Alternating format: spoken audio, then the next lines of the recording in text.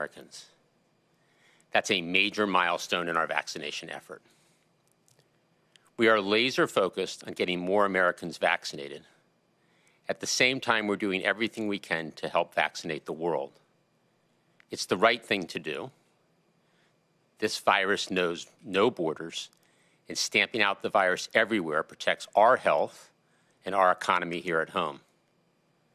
That's why we've already committed to sharing over 600 million doses globally, far and away the largest contribution made by any country.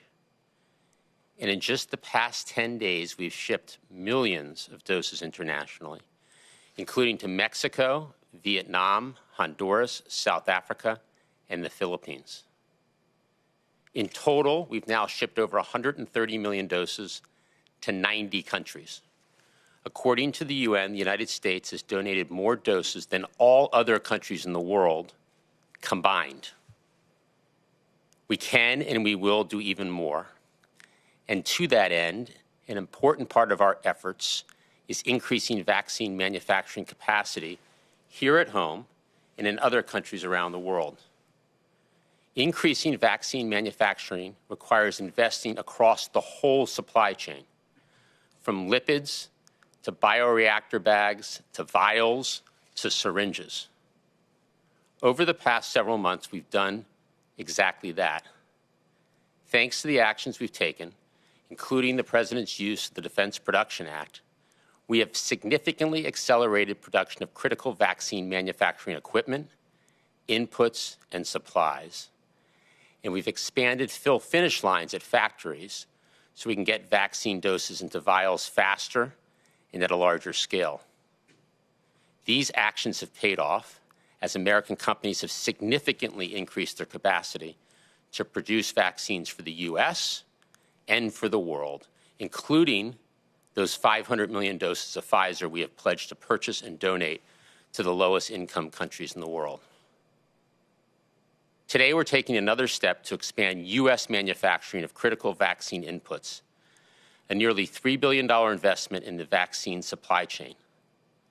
This funding, which will start going out in the coming weeks, will enable companies that manufacture and produce vaccine inputs to add new production lines and facilities, and to also expand fill-finish capacity.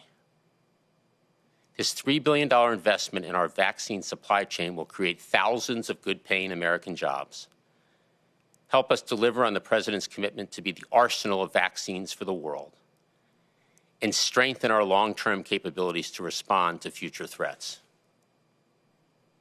I want to close with this thought.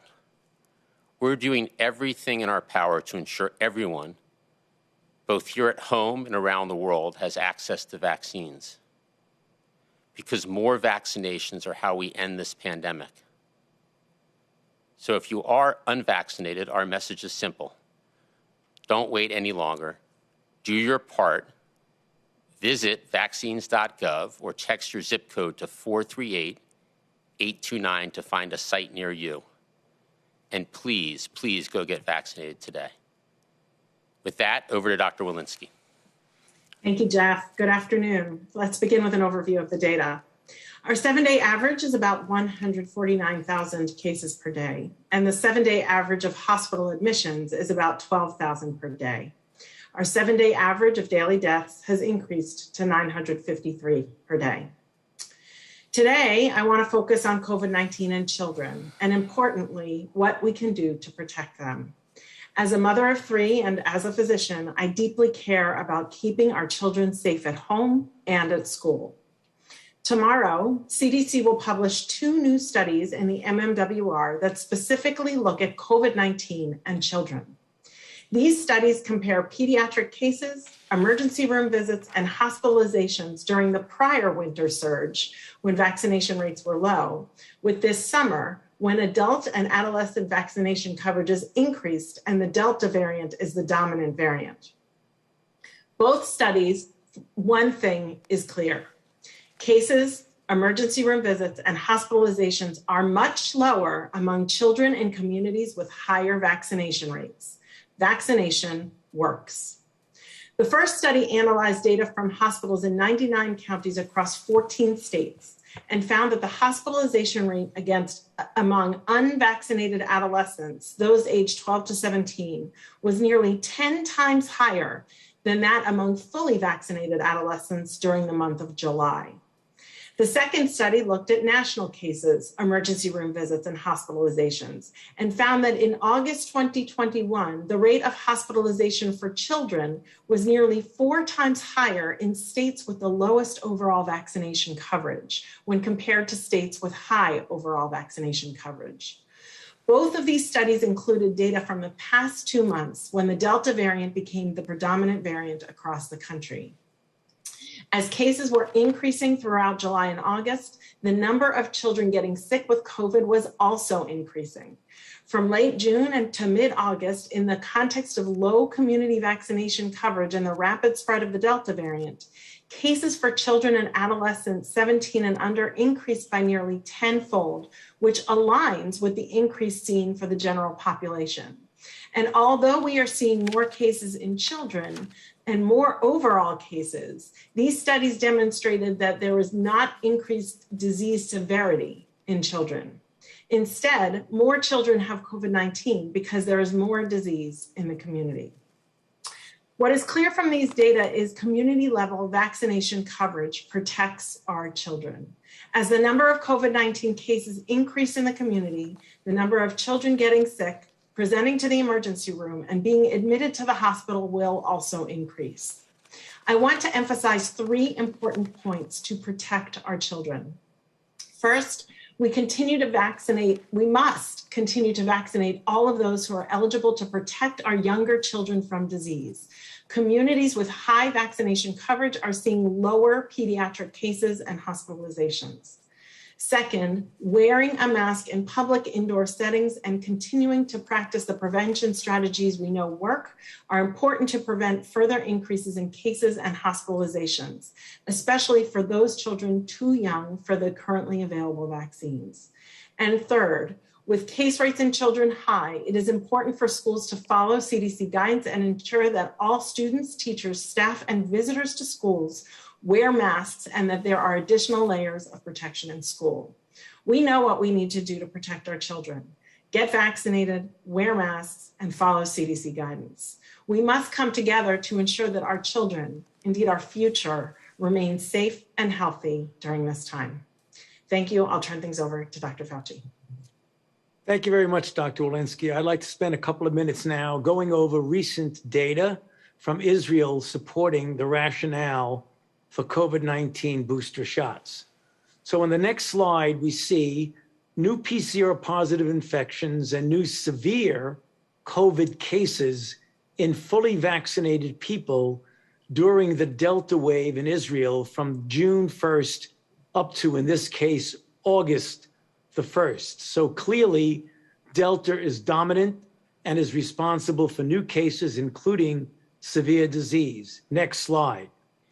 However, in a study that began 2 days before the August 1st deadline I showed you on the prior slide, a study of a third booster of the Pfizer vaccine was approved for individuals 60 or older, and 1.1 million who were eligible for the dose got it between July 30th and August the 22nd.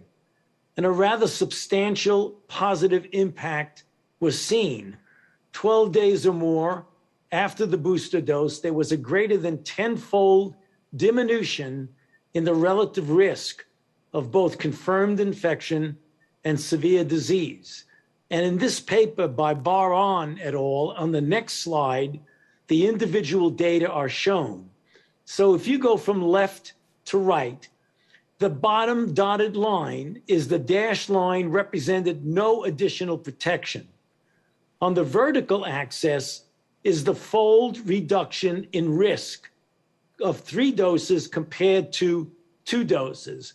So the numbers 1, 3, 5, 7, that would be 7-fold reduction in risk or 9-fold reduction in risk.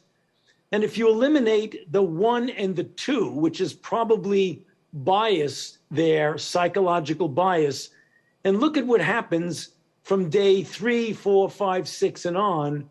When you get to day 12, you see a substantial diminution in risk of infection.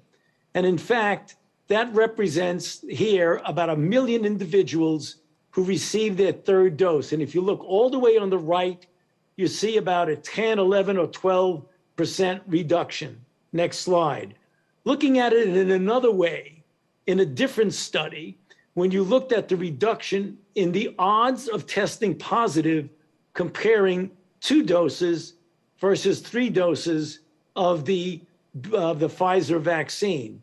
And in this study, in a one HMO in Israel, the Maccabi Healthcare Services, looking at more than 150,000 people in the first 3 weeks of August, they compared the 2-dose with the 3-dose, and they found after 7 to 13 days, up to 68% reduction in the risk of infection. And after 14 to 20 days, a 70 to 84% reduction in the risk of infection. There's no doubt from the dramatic data from the Israeli study that the boosts that are being now done there and contemplated here support very strongly the rationale for such an approach based on the very favorable data associated with boost. I'll stop there and back to you, Jeff. Thank you, doctors. Why don't we open it up for a few questions? First question. We'll go to Tamara Keith at NPR.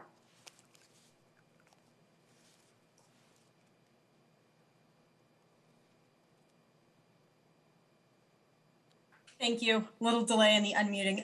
2 quick questions. Is there any thought of doing a meeting connected to the UN General Assembly to try to encourage other countries to sort of amp up their vaccine donations globally?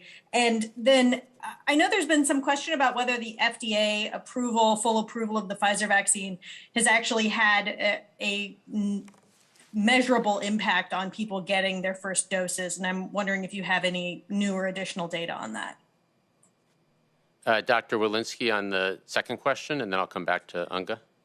Yeah, that's a great question. We are seeing an uptick in vaccinations generally, as Jeff has mentioned. We're seeing now vaccination rates of around 900,000, 1 million a day, and vaccination rates of first doses that are about half that. So all of that is really good news. Can we directly attribute it to the FDA approval? I do think it has motivated some, but a lot of other things are happening at the same time with regard to disease and people's concern about that. So I think that definitely had some impact. Whether it's solely the only reason that the vaccine numbers are going up, I think is hard to say. Yeah, I think on Unga, given the significance of COVID around the world, it's clearly going to be a topic of discussion at the UN. Next question, please.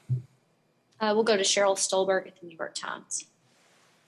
Hi, thanks for taking my call. I have 2 questions. First, for Dr. Walensky, state health officials had a call earlier today, and they proclaimed the United States a hot zone into itself. They said the entire country was a hot zone, and I wonder if you agree with that. And then separately for Jeff, can you talk a little bit more about the $3 billion investment? What companies are involved? How many doses will be produced over what time period, and where will they go? Is this exclusively for global donations? How will that work? Dr. Walensky? So to start, the important thing that I will say is where we have more vaccination, we have less disease. That's very clear. Certainly the Delta variant is more transmissible, but in areas of the country where we have less vaccination, we absolutely have seen less disease. So there's a lot of disease going on right now, but the way out of that is vaccination. So, Cheryl, as we've talked about across the last 6 months, we've seen a significant increase in manufacturing and expanded fill-finish factories here in the U.S. The investments we're making with the $3 billion are in U.S. companies.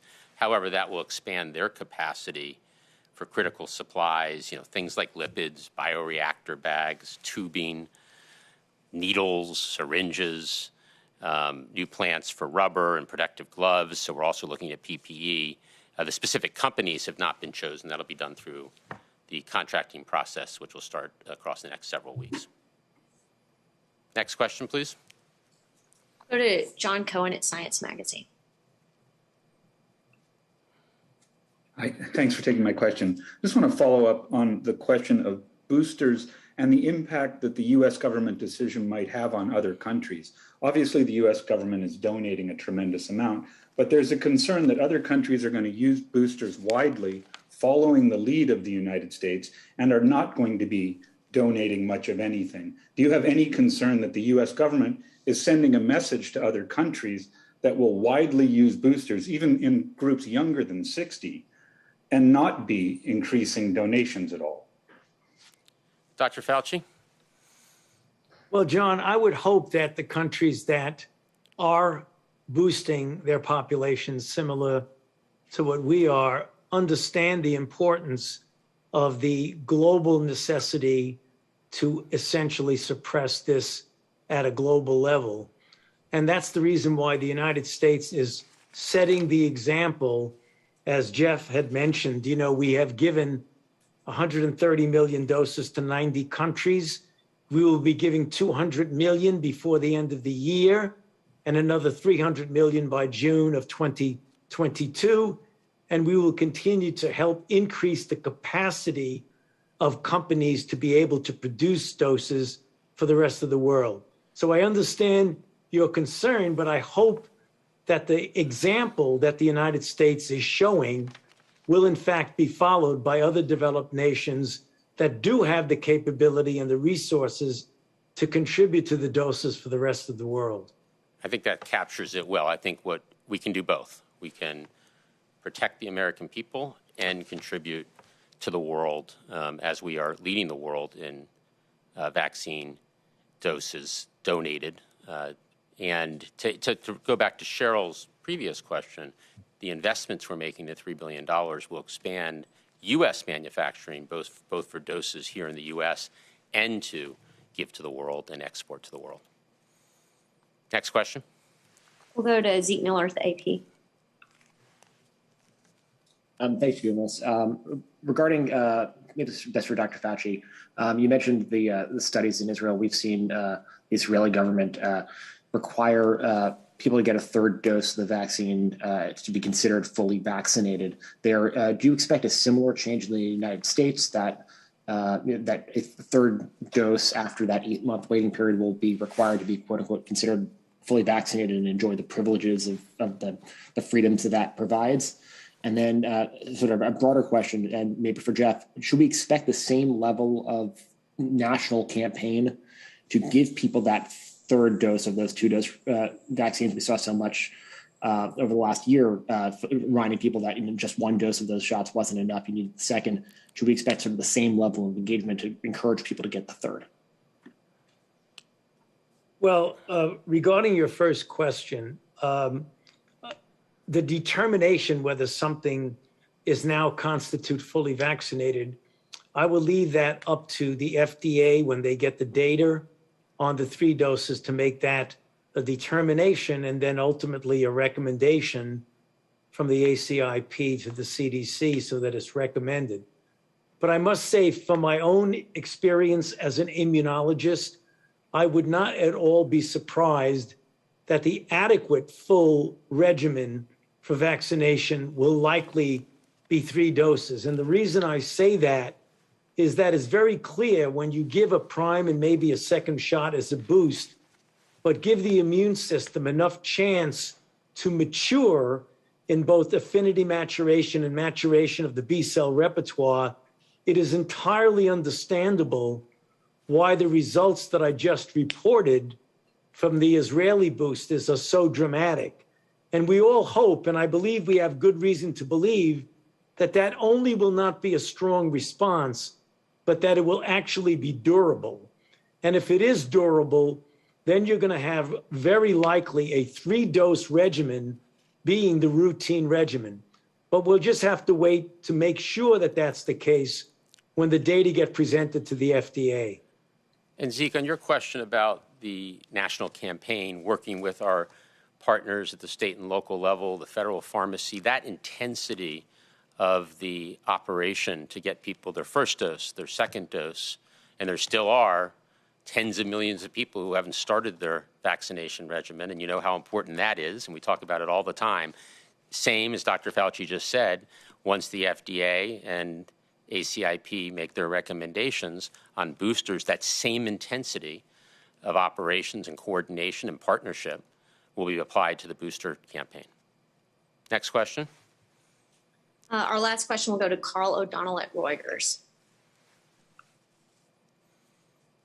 Hi, thanks so much for taking my question. So I wanted to ask about the new variant of concern identified on Tuesday by the WHO, the Mu variant, MU, which some people are saying is less or is more resistant to vaccines than other variants so far. And just want to see if that's something that you guys are concerned about, if you have any plans should that start to spread in the U.S., and whether you think that by getting booster shots out there that it reduces the risk. Dr. Fauci? Thank you. Well, yes, we certainly are aware of the Mu variant. We're keeping a very close eye on it. It is really seen here, but it is not at all even close to being dominant. As you know, the Delta is more than 99% dominant. Even though it is not, in essence, taken hold to any extent here, we always pay attention to, at all times, variants. This variant has a constellation of mutations that suggest that it would evade certain antibodies, not only monoclonal antibodies, but vaccine and convalescent serum-induced antibodies. But there isn't a lot of clinical data to suggest that. It is mostly laboratory in vitro data. Not to downplay it, we take it very seriously. But remember, even when you have variants that do diminish somewhat the efficacy of the vaccines still are quite effective against variants of that type. Bottom line, we're paying attention to it. We take everything like that seriously, but we don't consider it an immediate threat right now. Dr. Walensky, anything to add there? Nothing to add. We're watching it carefully. There have been sequences here, but again, as Dr. Fauci said, over 99% of the sequences we're seeing right now are Delta. Good. Well, thank you for today's briefing. We'll look forward to seeing you early next week. Thank you.